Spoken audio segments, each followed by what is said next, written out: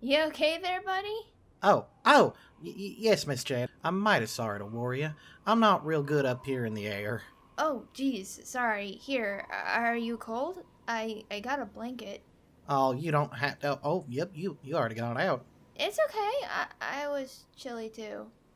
We can share it. Oh, sure. Better? Well, yes, but that's not why I was bothered. Yeah? Yeah, back in Distortion World, I was trapped on a floating platform for a few days. Being this high up reminded me of that. Oh. Sorry. I get that. You've been through a lot.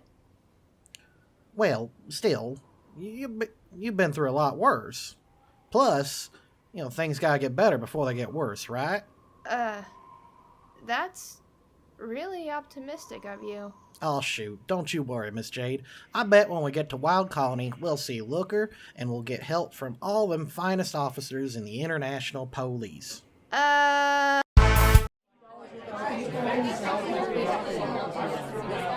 He thinks he can take on me, Eddie J. Murdoch? Edward. Oh crap, Ed, Justice we've been over this. You can't just get into a fight with everyone we meet. You're special ops. You're not a stream-crashing SWAT cop. Agreed. We can't afford to waste time here.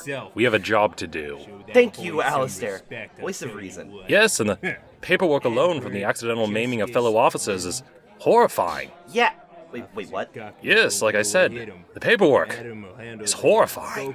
No, I mean that last part. Accidental? No, the other part. Fellow officers? No, the maiming bit. Ah, yes, of course. Violent battles always run the risk of crippling and horrible injury. In the special occult divisions, years of investments were sometimes lost during a psionic duel between psychics. This is a Pokemon battle. I don't think we'll run that risk. Mason! Let's go maim some rookies. No! Ed, that's her. Oh? The girl in the picture. You're gonna have to be more specific. I've seen a lot of girls and a lot of strange pictures. Some of them have really weird names too. I'm gonna ignore that. What? Oh, no, Mason, get your mind out of the gutter. Here, look at this. These are all the pictures of girls I've seen within the past month. Here. Yeah, right here. I keep them right here. Who's in the gym? What's in City Hall? And I don't know who's in the villa. Wait, you have their pictures but don't know their names? I'm telling you their names. Okay, but who's the girl standing in front of us? No. Who's in the gym? No, I want to know what's in the gym. No, what's in City Hall? Huh? City Hall? I don't know. No, she's in the villa. Wait, who?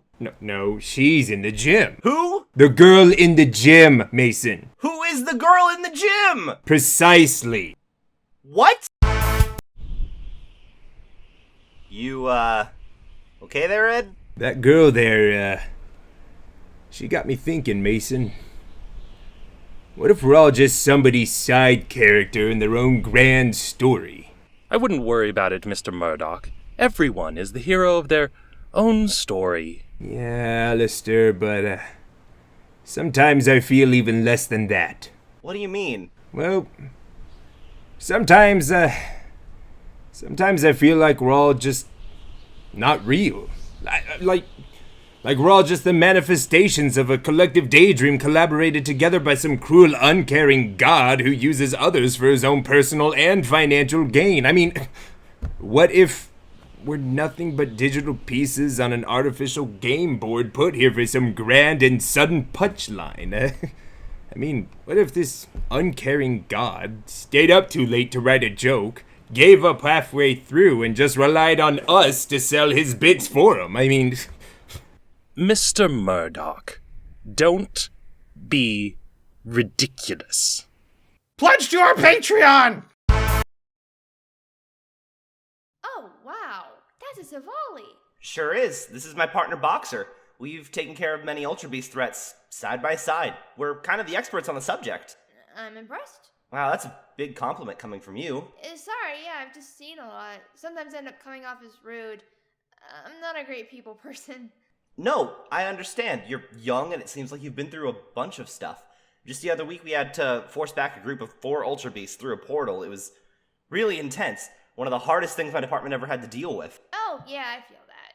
We did that in a ninja village not too far from the Lawless Lake. It got really intense when these evil ninjas in the future were trying to kill us on top of all of that. Huh. Evil ninjas and ultra beasts, huh? Well, yeah, but that's nothing compared to the time my friends and I stopped Psycho Alien and his 4D from blowing up Utopias with a radiation cannon. That wasn't in the police report. How old are you again? Well, I mean, it happened after a friend and I outran the nuclear explosion that took out half this desert. I thought we were a goner after that one. Was this before or after you caught the god of death in the GS ball? After.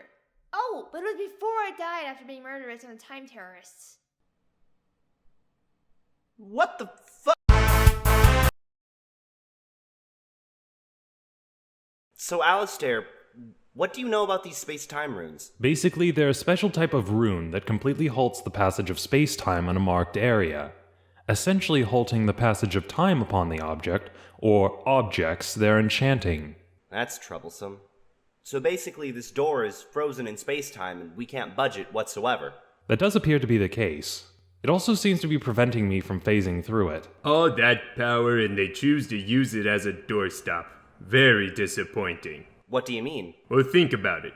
If you apply time-stopping powers to, say, a baseball, smack it a couple times with a mag light, and then release it, all of the kinetic energy you apply to it would be released at once, launching the baseball like a rocket. I don't think it would work like that. Actually, with some minor tweaking, it could work exactly like that.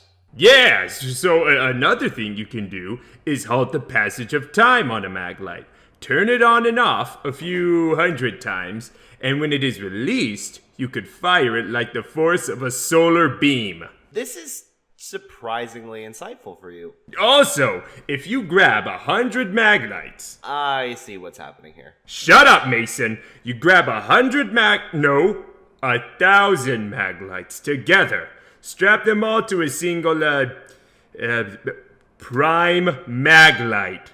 Then you freeze them in space-time and then store up enough mag light energy. You can't solve every problem with a mag light. You can solve every problem with mag light. Great. Space-time runes. Space crystals. What, we're gonna get timetables next? Nice one. What? What's nice? Timetables? You know, like a schedule?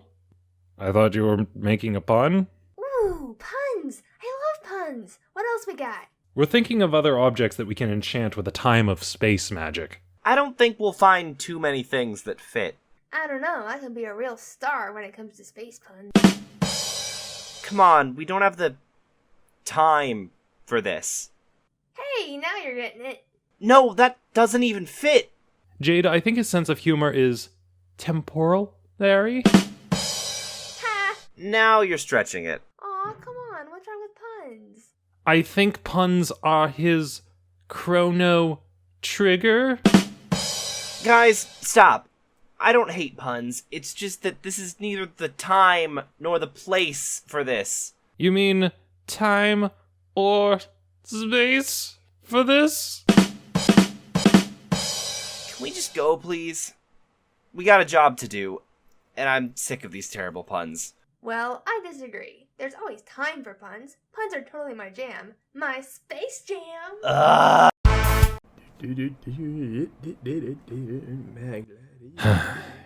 What's wrong? Mason, I am a hex maniac.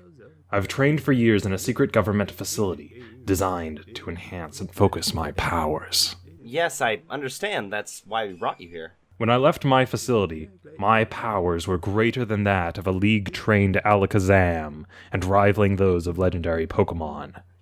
When unfettered, I can reach into the hearts and minds of mortals and bend them entirely to my will.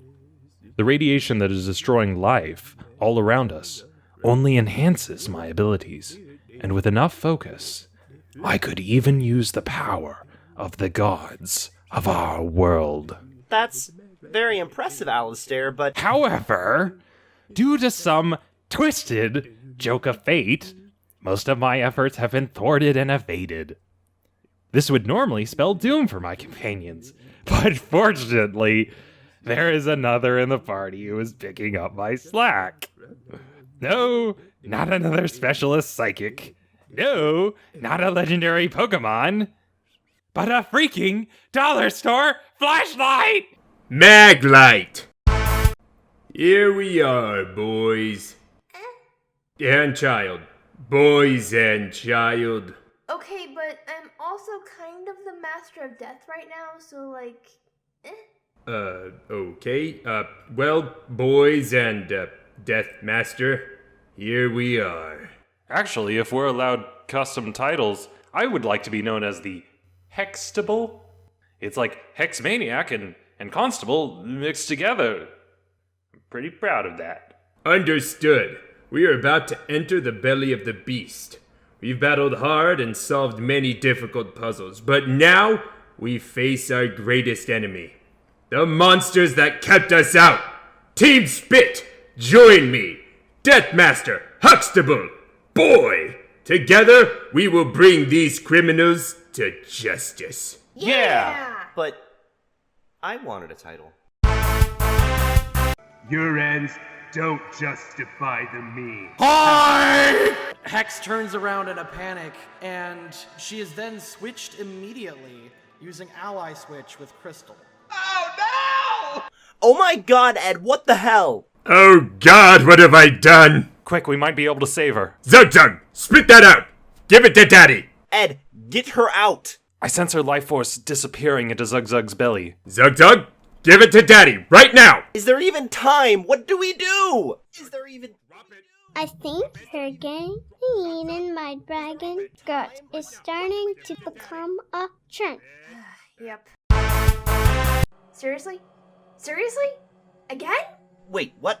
Where are we? It appears we've been pulled into another dimension. Really, dude? It appears we've been pulled? Obviously, we're still in our own world. Where do you store all your magic floating crystals? Or floating purple space rocks? Or floating Pokemon? Mason, I've concluded we've been pulled into another dimension.